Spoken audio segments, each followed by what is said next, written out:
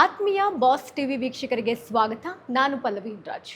ವೀಕ್ಷಕರೇ, ಜನನಾಯಕ ಅಂತ ಅನ್ನಿಸ್ಕೊಳ್ಳೋದಕ್ಕಿಂತ ಮುಂಚೆ ಬರೀ ತೋಳ್ಬಲ ಇದ್ದರೆ, ಹಣ ಬಲ ಇದ್ದರೆ, ಅಧಿಕಾರದ ಬಲ ಇದ್ದರೆ ಸಾಲೋದಿಲ್ಲ. ಜೊತೆಗೆ ಜನರ ಕುಂದು ಕೊರತೆಯನ್ನು ನೋಡಿಕೊಳ್ಳುವಂತಹ ಜವಾಬ್ದಾರಿ ಅವ್ರದ್ದಾಗಿರಬೇಕು. ಇದು ನಮ್ಮ ಬಾಸ್ ಟಿವಿಯ GBA ಜನನಾಯಕ ಕಾರ್ಯಕ್ರಮದ ಉದ್ದೇಶ. ಸೊ ನನ್ನ ಜೊತೆಗೆ ಇವತ್ತು ಬಹಳ ವಿಶೇಷವಾದಂತಹ ವ್ಯಕ್ತಿ ಇದ್ದಾರೆ. ಸೊ ಅವ್ರ ಜೊತೆಗೆ ಈ ವಿಚಾರಕ್ಕೆ ಸಂಬಂಧಪಟ್ಟಂತೆ ನಾನು ಮಾತಾಡ್ತಾ ಹೋಗ್ತೀನಿ. ಮೊದಲನೇದಾಗಿ ಅವ್ರು ಯಾರು ಅಂತಂದರೆ ಎಸ್ ಹರೀಶ್ ಸರ್. ಇವರು ಮಾಜಿ ಉಪಮೇಯರ್ ಆಗಿ ಕಾರ್ಯವನ್ನು ನಿರ್ವಹಿಸಿದರು. ಸೊ ಸದ್ಯಕ್ಕೆ ಅವರು ಕೂಡ ಕಣಕ್ಕಿಳಿತಾರ, ಏನೆಲ್ಲ ಬದಲಾವಣೆ ಆಗಬಹುದು ಬೆಂಗಳೂರಿಗೆ ಸಂಬಂಧಪಟ್ಟಂತೆ, ಹಾಗೆಯೇ ಈ ಗ್ರೇಟರ್ ಬೆಂಗಳೂರು ಪ್ರಾಧಿಕಾರ ಅನ್ನೋದು ಸದ್ಯಕ್ಕೆ ಜನರಿಗೆ ಉಪಯೋಗವಾಗ್ತಾ ಇದೆಯಾ, ಸಾಕಷ್ಟು ಪ್ರಶ್ನೆಗಳಿದೆ ಮಾತಾಡಲಿಕ್ಕೆ. ಸೊ ಮೊದಲನೇದಾಗಿ ಅವ್ರನ್ನ ವೆಲ್ಕಮ್ ಮಾಡ್ತೀನಿ. ಸರ್ ಸ್ವಾಗತ ಸರ್, ಹೇಗಿದ್ದೀರಾ? ಚೆನ್ನಾಗಿದೆ ಸರ್. ಈಗ BBMPಯಿಂದ GBA ಆಗಿ ಬದಲಾವಣೆ ಆಯಿತು. ಸೊ ಈ ಬದಲಾವಣೆ ನಿಮಗೆ ಹೇಗೆ ಅನಿಸುತ್ತೆ? ನಿಜವಾಗಿಯೂ ಕೂಡ ಇದು ಜನರಿಗೆ ಒಳ್ಳೇದಾಗ್ತಾ ಇದೆಯಾ? ಕೆಂಪೇಗೌಡರು ಕಟ್ಟಿದ್ದು ಬೆಂಗಳೂರು 4 ಕಡೆ ಗೋಪುರ ಹಾಕಿದ್ರು. ಅದ್ರ ಗೋಪುರದ ಉದ್ದೇಶ ಇದ್ದಿದ್ದೆ ಅದನ್ನ ಮೀರಿ ಬೆಳಿಬಾರ್ದು ಬೆಂಗಳೂರು ಅಂತ. ಆದರೆ ಇವತ್ತು ಕಾರಣಾಂತರದಿಂದ ಬೆಳೆದು ಬಿಟ್ಟಿದೆ. ಈ ಒಂದು BBMP ಅಂತ ಮಹಾನಗರ ಪಾಲಿಕೆ ಶುರುವಾಗಿದ್ದು 4 ವಾರ್ಡಿಂದ, ಕಂಟೋನ್ಮೆಂಟ್ ಏರಿಯಲ್ಲಿ 4 ವಾರ್ಡಿಂದ ಶುರುವಾಗಿ 87 ಡಿವಿಷನ್ ಆಗಿ 100 ವಾರ್ಡ್ ಆಗ ಬೆಂಗಳೂರು ಮಹಾನಗರ ಪಾಲಿಕೆಯಾಗಿ 198 ಆದಮೇಲೆ ಬೃಹತ್ ಬೆಂಗಳೂರು ಮಹಾನಗರ ಪಾಲಿಕೆಯಾಗಿ 7 CMC, 1 TMC, 110 ಹಳ್ಳಿ ಸೇರಿ ಒಂದು ಯೂನಿಫಾರ್ಮ್ ಡೆವಲಪ್ಮೆಂಟ್ ಆಗಬೇಕು, ಗ್ರೋತ್ ಆಗಬೇಕಂತ ಮಾಡಿದ್ರು. 10 ವರ್ಷ ಆಗಿದೆ. 10 ವರ್ಷ ಆದಮೇಲೆ ನೀವು ಅದು ಸರಿ ಇಲ್ಲ, ಆ 7 CMC, 1 TMC, 110 ಹಳ್ಳಿ ಸೇರಿ ಒಂದುಗೂಡಿಸಿದ್ದನ್ನ ನೀವು ಸರಿ ಇಲ್ಲ ಅಂತ 5 ಭಾಗ ಮಾಡಿದ್ದೀರಾ. ಇವತ್ತು 5 ಭಾಗ ಮಾಡಿದ್ಮೇಲೆ ಏನು ಕಣ್ಣು ಕಾಣಿಸೋ ಅಂತ ಯಾವುದು ಗುರುತರವಾದ ಬದಲಾವಣೆ ಎಲ್ಲೂ ಕಾಣಿಸ್ತಾ ಇಲ್ಲ. ಒಂದು. ಎರಡನೇದು, BBMP ಇತ್ತು. ಆ BBMP ಚುನಾವಣೆಯನ್ನು 2020ಕ್ಕೆ ಮುಗೀತು. ಮುಗಿದ ಮೇಲೆ ಅದನ್ನ ಮುಂದಾಕೋದಕ್ಕೆ ಒಂದು BBMP ಆ್ಯಕ್ಟ್ ಮಾಡ್ತೀವಿ ಅಂತ ಹೇಳಿದ್ರು. ಈಗ BBMP ಆ್ಯಕ್ಟ್ ಮಾಡಿದ್ಮೇಲೆ BBMP ಆ್ಯಕ್ಟಲ್ಲಿ ಎಲೆಕ್ಷನ್ನೇ ನಡೀಲ್ಲ ಒಂದೂ.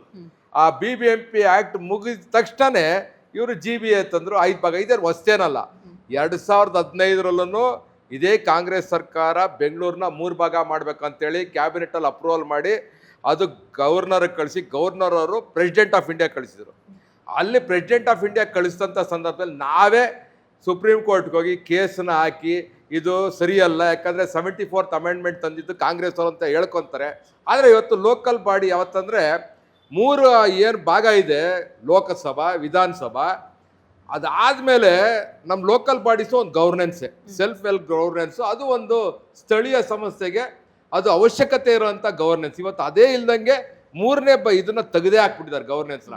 ಎಲ್ಲ ಪಕ್ಷದವರು, ಈ ಪಕ್ಷ ಆ ಪಕ್ಷ ಅಂತಲ್ಲ, ಪಕ್ಷಾತೀತವಾಗಿ ಎಲ್ಲರೂ ಸೇರಿ ಇವತ್ತು ಅದನ್ನು ಮುಂದಕ್ಕೆ ಹಾಕಿದ್ದಾರೆ. ಒಂದೇ ಒಂದು ಕಾರಣ, ಎಲೆಕ್ಷನ್ ಮಾಡಬಾರ್ದು ಅಂತ ಹೇಳೋದಕ್ಕೆ ಈಗ 5 ಭಾಗ ಮಾಡಿದ್ದಾರೆ. ಆದ್ದರಿಂದ ಜನರಿಗೆ ಏನೇನೋ ಉಪಯೋಗ ಇಲ್ದಿರ ಅಂತ ಇದೊಂದು GBA ಒಂದು ಕೌನ್ಸಿಲ್ನ ತಂದಿದ್ದಾರೆ. 5 ಕಾರ್ಪೊರೇಷನ್ ತಂದಿದೆ. ಸರ್, ನಾನು ನೇರವಾಗಿ ಒಂದು ಪ್ರಶ್ನೆ ಕೇಳ್ತೀನಿ. ಈ ಬಾರಿ ಎಲೆಕ್ಷನ್ ನಡೆಯುತ್ತಾ ಇಲ್ವಾ?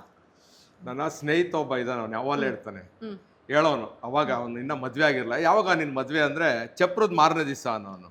ಚಪ್ರ ಯಾವಾಗ ಅಂದರೆ ಮದುವೆ ಹಿಂದಿನ ದಿವಸ ಅಂತ ಡೇಟ್ ಹೇಳ್ತಾ ಇರಲ್ಲ. ಇವತ್ತು ಅದೇ ಪರಿಸ್ಥಿತಿ ನಮ್ಮ ಬೆಂಗಳೂರು ಮಹಾನಗರಕ್ಕೆ ಬಂದುಬಿಟ್ಟಿದೆ. ಯಾವಾಗ ನೋಡಿದ್ರೆ ಇವಾಗ ನಡೆಯುತ್ತೆ ಎಲೆಕ್ಷನ್ನು, ಇನ್ನು ಮುಂದಕ್ಕೆ 1 ತಿಂಗಳಲ್ಲಿ ನಡೆಯುತ್ತೆ, ಈಗ ಜೂನ್ 31 ಚುನಾವಣೆ ನಡಿಬೇಕಂತ ಸುಪ್ರೀಂ ಕೋರ್ಟ್ ಆದೇಶ ಮಾಡಿದ್ದು. ಇವರೇ ಅಫಿಡೌಟ್ ಹಾಕಿದ್ದಾರೆ ನಾವು ಮಾಡ್ತೀವಿ ಅಂತ. ಮೊನ್ನೆ ನೋಡಿದ್ರೆ ತಿರ್ಗಾ ಒಂದು ಅಫಿಡೌಟ್ ಹಾಕಿದ್ದಾರೆ, ನಾವು ಯಾವುದೇ ಕಾರಣಕ್ಕೂ ಇವಾಗ ಮಾಡೋಕ್ಕೆ ಪರಿಸ್ಥಿತಿಯಲ್ಲಿಲ್ಲ, ನಮ್ಮ ಹತ್ರ ಜನ ಇಲ್ಲ, SIR ಬಂದಿದೆ, ಅದೇನೋ ಒಂದು ಕಾರಣ ಹೇಳ್ಬಿಟ್ಟು ಸೆಪ್ಟೆಂಬರ್ 30ವರೆಗೂ ತಗೊಂಡಿದ್ದಾರೆ. ತಿರ್ಗಾ ಅದಾದ್ಮೇಲೆ ತಿರ್ಗಾ 3 ತಿಂಗಳು ಹಿಂಗೆ ತಗೊಂಡು ಇವ್ರು 2 ವರ್ಷ ಇರೋವರೆಗೂ ಇವ್ರು ಚುನಾವಣೆ ಕಾಂಗ್ರೆಸ್ ಅವ್ರು ಮಾಡಲ್ಲ. ಅರೆ ಏನು, ಯಾಕೆ ಮಾಡ್ತಾ ಇಲ್ಲ ಸರ್? ಏನು ರೀಸನ್ ಇರಬಹುದು ನಿಮ್ಮ ಪ್ರಕಾರ? ಇವ್ರಿಗೆ ಒಂದು ಅರ್ಥ ಆಗಬೇಕು. ಇವತ್ತು ತಮಿಳ್ನಾಡು ನೋಡಿದ್ಮೇಲೆ ಇವ್ರಿಗೆಲ್ಲ ಒಂದು ಐ ಓಪನರ್. ಇವ್ರೇನೋ ಅನ್ಕೊಂಡಾರೆ, ನಾವೇ ನಡೆದಿದ್ದೆ, ಆನೆ ನಡೆದಿದ್ದೆ ದಾರಿ, ನಾವು ಮಾಡಿದ್ದೆ ಕಾನೂನು, ಯಾರು ಬೆಳಿಬಾರ್ದು, ನಾನು ಮಾತ್ರ ಇರಬೇಕು. ಯಾರು ಇವತ್ತು ಫಸ್ಟ್ ಪಾಯಿಂಟ್ ಆಫ್ ಕಾಂಟ್ಯಾಕ್ಟ್ ಜನರಿಗೆ ಒಂದೇನ ನೀರು ಬರಲಿಲ್ಲ ಅಂದರೆ ಅವರು BWS ಫೋನ್ ಮಾಡಲ್ಲ, ನಮಗ್ ಫೋನ್ ಮಾಡ್ತಾರೆ ಕಾರ್ಪೊರೇಟ್. ಸರ್ ಕಾರ್ಪೊರೇಷನ್ ನೀರು ಬರ್ತಾ ಇಲ್ಲ ಅಂತಾರೆ. ಕರೆಂಟ್ ಹೋದ್ರೆ ನಮಗ್ ಫಸ್ಟ್ ಫೋನ್ ಮಾಡ್ತಾರೆ. ಅವ್ರ ಮನೆ ಮುಂದೆ ಏನೋ ಒಂದು ಇಲಿ ಸತ್ರನೋ ನಮ್ಗೆ ಫೋನ್ ಮಾಡೋದು. BWS SP ಆಗಲಿ ಮತ್ತೊಬ್ಬರಿಗೆ ಫೋನ್ ಮಾಡಲ್ಲ. ಅಂದ್ರೆ ಅವ್ರಿಗೆ ಅಷ್ಟು ನಮ್ಗೆ. ಆಮೇಲೆ we are the first point of contact ಜನ ಜೊತೆ, ಅಂದ್ರೆ ಕಾರ್ಪೊರೇಟರ್ಗಳು. ಇವತ್ತು ಕಾರ್ಪೊರೇಟರ್ ಇಲ್ದಿರೋದಕ್ಕೆ ನಿಮ್ಗೊಂದು MLAಗೆ 8-9 ವಾರ್ಡ್ ಬರುತ್ತೆ. MLAಗಳು ಯಾರು? ಶಾಸನ ಮಾಡೋರು, ಶಾಸನಾಂಗ, ನ್ಯಾಯಾಂಗ, ಕಾರ್ಯಾಂಗ. ಅವರು ಶಾಸನ ಮಾಡಬೇಕು. ಅದು ಬಿಟ್ಟುಬಿಟ್ಟು ಈ ಸಣ್ಣ ಪುಟ್ಟದ್ದು ಮೋರಿ ಕೆಲ್ಸಕ್ಕೆ, ಈ ಡ್ರೈನ್ ಕೆಲ್ಸಕ್ಕೆ, ಸ್ಯಾನಿಟರಿ ಕಟ್ಕೊಂಡ್ರು ನಮ್ಗೆ ಫೋನ್ ಮಾಡೋದು. ಇವತ್ತು ಅದು ಅವ್ರು ಬೇಡ ಅಂತಂದ್ರೆ ದೇರ್ ಆಲ್ ಇವ್ರಿಗೆ ಕಾಂಪಿಟೇಟರ್ಸ್. ಮುಂದಕ್ಕೆ ಏನಾರ ಇವ್ರು ಬೆಳೆದು ಬಿಟ್ರೆ, ಇವ್ರು MLA ಆಗ್ಬಿಟ್ರೆ ನಾವು ಕಳ್ಕೊಂಡ್ಬಿಡ್ತೀವಿ ಅಂತ. ಇವತ್ತು ಟಿವಿಗೆ ನೋಡಿದ್ಮೇಲೆ, ಅಲ್ಲಿ ತಮಿಳ್ನಾಡಲ್ಲಿ ನೋಡಿದ್ಮೇಲೆ ಇವ್ರು ಒಂದು ಅರ್ಥ ಮಾಡ್ಕೋಬೇಕು, ಯಾರನ್ನೂ ತಡೆಯಕ್ಕಾಗಲ್ಲ, ಹಾಗೆ ಆಗುತ್ತೆ ಅಂತ. ಯಾರ ಹಣೆ ಬರ ಬದ್ದಕ್ಕೂ ಆಗಲ್ಲ, ಅದು ಬದ್ ಕಳ್ಸಿಬಿಟ್ಟಿರ್ತಾನೆ, ಅದು ಹಾಗೆ ಆಗುತ್ತೆ ಅಂತ. ಬಟ್ ಇವ್ರಿಗೆ ಅರ್ಥ ಆಗ್ತಾ ಇಲ್ಲ. ಇಲ್ಲಿರೋ MLAಗಳಿಗೆ ಪಕ್ಷಾತೀತವಾಗಿ ನಾನು ಹೇಳ್ತೇನೆ, ನಮ್ಮ ಪಾರ್ಟಿಯವ್ರನ್ನ ಸೇರಿಸಿ ಇವ್ರು ಅನ್ಕೊಂಡವ್ರೆ ಇವ್ರನ್ನ ಹಂಗೆ ತಟ್ಟುಬಿಟ್ಟು ಕೆಳಗಡೆ ಇಟ್ಬಿಟ್ರೆ ಎಲ್ಲ ನಾನೇ ಇರ್ತೀನಿ ಅಂತ. ಯಾರು ಶಾಶ್ವತ ಅಲ್ಲ ಅಂತ. ದೇವರಾಜ ಅರಸು ಸೋತವ್ರೆ, ಇಂದಿರಾ ಗಾಂಧಿ ಅಂತವ್ರು ಸೋತಿದ್ದಾರೆ, ವಾಜಪೇಯಿ ಅಂತವ್ರು ಸೋತಿದ್ದಾರೆ. ಇದು ಅವ್ರಿಗೆ ಇವ್ರು ಒಂದು ಎಕ್ಸಾಂಪಲ್ ಆಗ್ಬೇಕು, ಆದ್ರೂ ಇವ್ರಿಗೆ ಅರ್ಥ ಆಗ್ತಾ ಇದೆ. ಸರ್, ಹಿಂದೆಲ್ಲ ಹೇಗಿತ್ತು ಅಂತಂದ್ರೆ ಜನಗಳಿಗೆ BBMP ಅಂದ್ರೆ ಏನು, BBMP ಏನ್ ಕೆಲಸ ಮಾಡುತ್ತೆ, BBMP ವಲಯಗಳಲ್ಲಿ ಯಾರು ಬರ್ತಾರೆ ಜನಗಳಿಗೆ ಗೊತ್ತಿತ್ತು. ಅದು ಯಾವಾಗ GBA ಆಗಿ ಬದಲಾಗುತ್ತೆ, GBA ಏನಿದು GBA ಅಂತಂದ್ರೆ ಇದು ಯಾವಾಗ ಬಂತು, ಇದ್ರ ಒಳಗಡೆ ಏನ್ ಬರುತ್ತೆ, ಈ ರೀತಿಯಾಗಿ ಕೇಳುವಂತಹ ವರ್ಗಗಳು ಕೂಡ ಇದ್ದಾರೆ. ಸೊ ನೀವು ಈ GBA ಹೇಗೆ ಸ್ವೀಕಾರ ಮಾಡ್ತೀರಾ? ಮೇಡಮ್, ಈಗ 2010ರಲ್ಲಿ BBMP ಆಗಿ ಅದು ಅಸ್ತಿತ್ವಕ್ಕೆ ಬಂದಿದ ತಕ್ಷಣ ನಮ್ಮ ಹತ್ರ 7 ಲಕ್ಷ ಪ್ರಾಪರ್ಟಿ ಟ್ಯಾಕ್ಸ್ ಇತ್ತು. 7 ಲಕ್ಷ ಜನ ಮಾತ್ರ ಪ್ರಾಪರ್ಟಿ ಕಟ್ತಾ ಇದ್ರು. ಮೊದಲನೇ ಬಾರಿಗೆ ನಾವು GIS ಬೇಸ್ಡು ನಾವು ಪ್ರಾಪರ್ಟಿ ಟ್ಯಾಕ್ಸ್ ಪಿನ್ ನಂಬರ್ ಕೊಟ್ಟು, ಪ್ರತಿಯೊಂದಕ್ಕೂ ಯೂನಿಕ್ ನಂಬರ್ ಕೊಟ್ಟು ಪ್ರಾಪರ್ಟಿಗಳನ್ನ ಟ್ಯಾಕ್ಸ್ ನೆಟ್ಗೆ ತಂದ್ವಿ. ನಾವು ಎಷ್ಟು ತಂದ್ವಿ ಟ್ಯಾಕ್ಸ್ ನೆಟ್ಗೆ? 17 ಲಕ್ಷ ಪ್ರಾಪರ್ಟಿ ತಂದ್ವಿ ಟ್ಯಾಕ್ಸ್ ನೆಟ್ಗೆ. ಇವತ್ತು ಬೆಂಗಳೂರಲ್ಲಿ 32 ಲಕ್ಷ ಪ್ರಾಪರ್ಟಿಗಳಿದೆ. ಆದರೆ ಟ್ಯಾಕ್ಸ್ ಕಟ್ತಾ ಇರೋದು ಬರೀ 26 ಲಕ್ಷ. ಇನ್ನ 7 ಲಕ್ಷ ಏನೇನೋ ಕಾರಣ ಹೇಳ್ಕೊಂಡು ಈ B ಖಾತಾ A ಖಾತಾ ಇವೆಲ್ಲ ಹೇಳ್ತಾರೆ. ಇನ್ನ 7 ಲಕ್ಷ ಪ್ರಾಪರ್ಟಿ ಟ್ಯಾಕ್ಸ್ ಕಟ್ತಾ ಇಲ್ಲ. ಎಲ್ಲ ಸೇರಿಸಿದ್ರೆ ಒಂದೇ ಒಂದು ಸಲ ಮಾತ್ರ 3,500 ಕೋಟಿ ಬಂದಿದೆ. ಅದು ಬಿಟ್ಟರೆ ನಿಮಗೆ 2,700 ಕೋಟಿ ಮೇಲೆ ಯಾವತ್ತೂ ಬಂದಿಲ್ಲ. ಬಟ್ ನಮ್ಮ ಪೊಟೆನ್ಷಿಯಲ್ ಎಷ್ಟಿದೆ? 4,500 ಕೋಟಿ ಇದೆ. ಇವತ್ತು ಫಾರ್ ಎಕ್ಸಾಂಪಲ್ ಇವತ್ತು ಈಸ್ಟ್ ಅಂತ ಮಾಡಿದ್ದಾರೆ, 2 ಕಾರ್ಪೊರೇಷನ್. ಆ ಈಸ್ಟ್ ಇಸ್ ವೆರಿ ರಿಚ್. ಯಾಕಂದ್ರೆ ಮಾದೇವಪುರ IT-BT ಇರೋಂಥ ಕಾರ್ಪೊರೇಷನ್, ಅದು ಸಿಕ್ಕಾಬಟ್ಟೆ ದುಡ್ಡು ಬರುತ್ತೆ. ಮುಂಚೆ BBMP ಇದ್ದಾಗಲೂ ನಮಗೆ 1,000 ಕೋಟಿ ಬರ್ತಾ ಇದ್ದಿದ್ದು ಇದರಿಂದಾನೆ, ಮಾದೇವಪುರ ವಲಯದಿಂದಾನೆ. ಯಾಕಂದ್ರೆ 8 ಝೋನ್ ಇತ್ತು.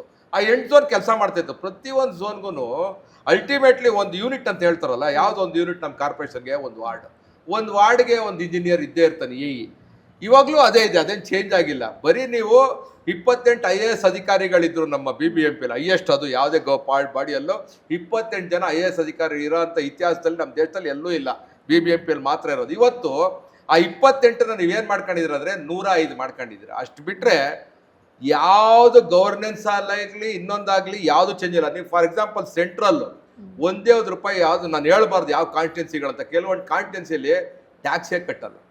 ಹೆಂಗ್ ನಡೆಯುತ್ತೆ ಕಾರ್ಪೊರೇಷನ್? ಅವ್ರಿಗೆ ಸಂಬಳ ಕೊಡೋಕರ ದುಡ್ಡು ಬೇಕಲ್ಲ. ಇದೇ ರೀತಿ ನಾವು ಹೇಳಿದ್ವಿ, ನ್ಯೂ ಡೆಲ್ಲಿ ಕಾರ್ಪೊರೇಷನ್ನ 2 ಭಾಗ ಮಾಡಿದ್ರು, ಮುಂಬೈ ಅವರು 2 ಭಾಗ ಮಾಡಿದ್ರು. ಕೊನೆಗೆ ಆ ಇನ್ನೊಂದು ಕಾರ್ಪೊರೇಷನ್ಗೆ ದಿವಾಳಿ ಆಗೋಯ್ತು. ಕೊನೆಗೆ ತಿರ್ಗಾ 3 ಕಾರ್ಪೊರೇಷನ್ ಮಾಡಿದ್ರು, ಡೆಲ್ಲಿನ 1 ಕಾರ್ಪೊರೇಷನ್ ಮಾಡಿದ್ರು. ಮುಂಬೈನ 2 ನವಿ ಮುಂಬೈ ಕಾರ್ಪೊರೇಷನ್ BMC ಅಂತ ಮಾಡಿದ್ರು, ತಿರ್ಗಾ ಅದನ್ನು ತೆಗೆದಾಕಿ ತಿರ್ಗಾ 1 ಮಾಡಿದ್ರು. It is a failed model. But ಆದ್ರೆ ಇವ್ರು ಬರೀ ಒಂದು ಚುನಾವಣೆ ಮುಂದಕ್ಕೆ ಹಾಕಕ್ಕೆ ಇದನ್ನ ಮಾಡ್ತಾ ಇದಾರೆ ಹೊರತು ಇವ್ರ ಉದ್ದೇಶ ಜನಕ್ಕೆ ಒಳ್ಳೇದು ಮಾಡಬೇಕು, ಜನಪ್ರತಿನಿಧಿಗಳು ಬರಬೇಕು, ಒಳ್ಳೇದಾಗಬೇಕು, ಎಲ್ಲ ಕಾರ್ಯಕರ್ತರು ಬೆಳಿಬೇಕು ಅಂತ ಮನೋಭಾವ ಇವ್ರಿಗಿಲ್ಲ, ಮನಸ್ಥಿತಿನೂ ಇಲ್ಲ. ಮುಂದಕ್ಕೆ ಹಾಕಕ್ಕೆ ಮಾತ್ರ ಇದೊಂದು ತಂತ್ರ ಅಷ್ಟೇ. ಅದು ಬಿಟ್ರೆ ಇನ್ನೇನು GBA ದೊಡ್ಡ ಏನಂತಾರೆ ಅದಕ್ಕೆ ಬ್ರಹ್ಮವಿದ್ಯೆ ಏನಿಲ್ಲ. ಲೇಟೆಸ್ಟ್ ಹಾಗೂ ಇಂಟ್ರೆಸ್ಟಿಂಗ್ ಸುದ್ದಿಗಳಿಗಾಗಿ ಬಾಸ್ ಟಿವಿ ಕನ್ನಡ ಚಾನೆಲ್ನ ಸಬ್ಸ್ಕ್ರೈಬ್ ಮಾಡಿ, ಹಾಗೆಯೇ ಬೆಲ್ ಐಕಾನ್ ಪ್ರೆಸ್ ಮಾಡಿ. ಇದರ ಜೊತೆಗೆ ಫೇಸ್ಬುಕ್, ಇನ್ಸ್ಟಾಗ್ರಾಮ್, X ನಲ್ಲೂ ಮಿಸ್ ಮಾಡದೆ ಫಾಲೋ ಮಾಡಿ.